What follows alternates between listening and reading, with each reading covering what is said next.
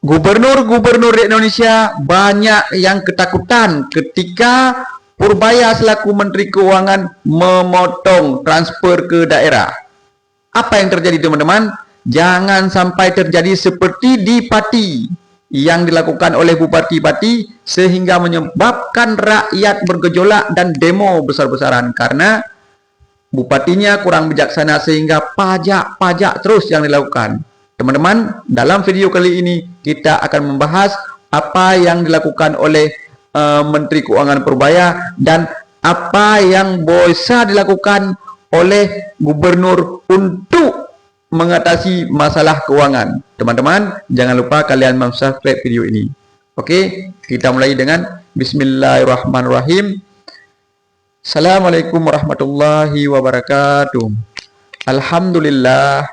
Allahumma salli ala Muhammad.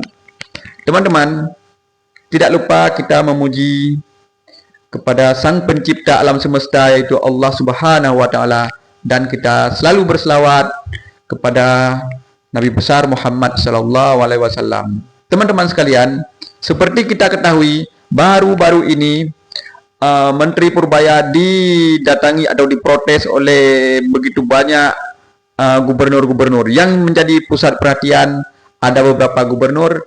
Yang pertama Bobi Nasution karena langsung ditegur oleh Purbaya. Sebagaimana kita ketahui, Purbaya menteri yang dipilih oleh Prabowo yang sekarang menjadi idola, menjadi idola rakyat, harapan bangsa Indonesia karena kebijakan-kebijakannya yang luar biasa.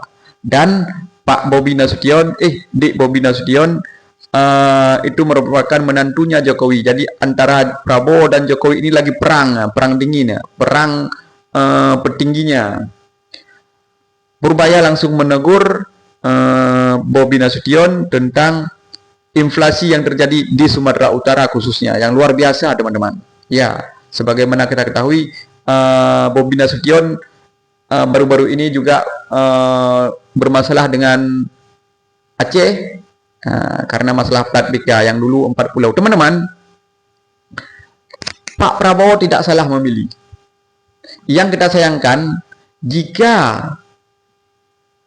gubernur-gubernur di seluruh Indonesia ini ketika dipotong anggarannya transfer ke daerah, membuat mereka kelang kabut sehingga terjadi seperti di Pati.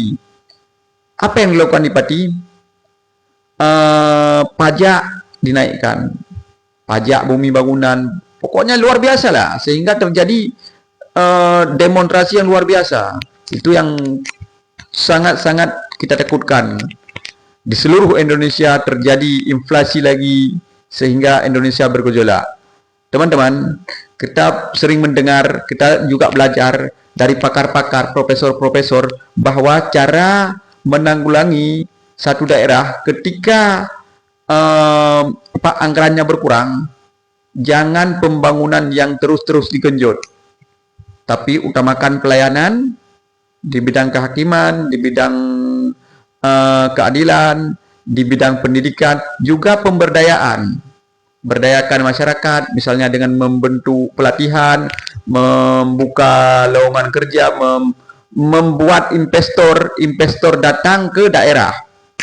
Ya, membuat investor lebih mudah, lebih nyaman datang ke provinsi-provinsi masing-masing. Itu yang harus digalakkan. Ya, itu sangat penting teman-teman, karena dengan adanya perusahaan pabrik-pabrik baru, maka akan meningkatkan menambah lowongan kerja. Itu akan membuat pendapatan daerah meningkat. Jadi rakyat ekonominya akan meningkat. Ketika ekonomi yang meningkat, maka pembangunan tidak mesti harus dilakukan oleh pemerintah. Ya, jadi yang kita ketahui sekarang kan pembangunan infrastruktur yang luar biasa. Bahkan di daerah-daerah infrastruktur itu tidak dipakai. Banyak telah dibangun tuh bangunan ini lagi pokoknya mangkrak lah, inilah itulah. Karena kita ketahui gara-gara pembangunan itu menyedot anggaran yang luar biasa, dan di situ banyak sekali terjadi korupsi. Ya, korupsi ini yang diantisipasi oleh Purbaya. Kita tahu arahnya kemana.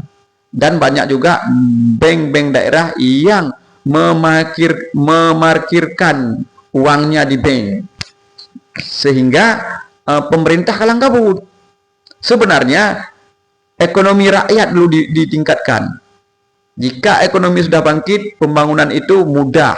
Karena tidak semua pembangunan di daerah itu dinikmati oleh rakyat-rakyat kecil.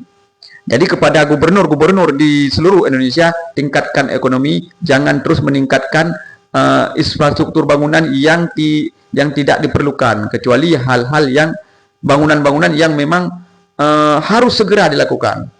Ya, ini banyak sekali bangunan-bangunan ini masih layak, tapi terus direnovasi. Apa masalahnya dengan gubernur-gubernur ini? Apa dengan pemerintah daerah? Ini kan membuang-buang uang. Ya, yang hanya dinikmati oleh kontraktor-kontraktor. Ya, kontraktor menikmati uang dari hasil kerja beli mereka. Tapi rakyat ini yang diperas. Dari mana perasnya? Ya dari pajak lah.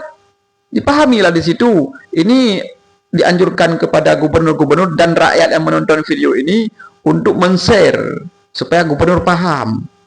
Ya kan? Jangan asyik mikir kontraktorku ini gimana. Ya kan? Partner kerjaku gimana. Itu bermasalah nanti.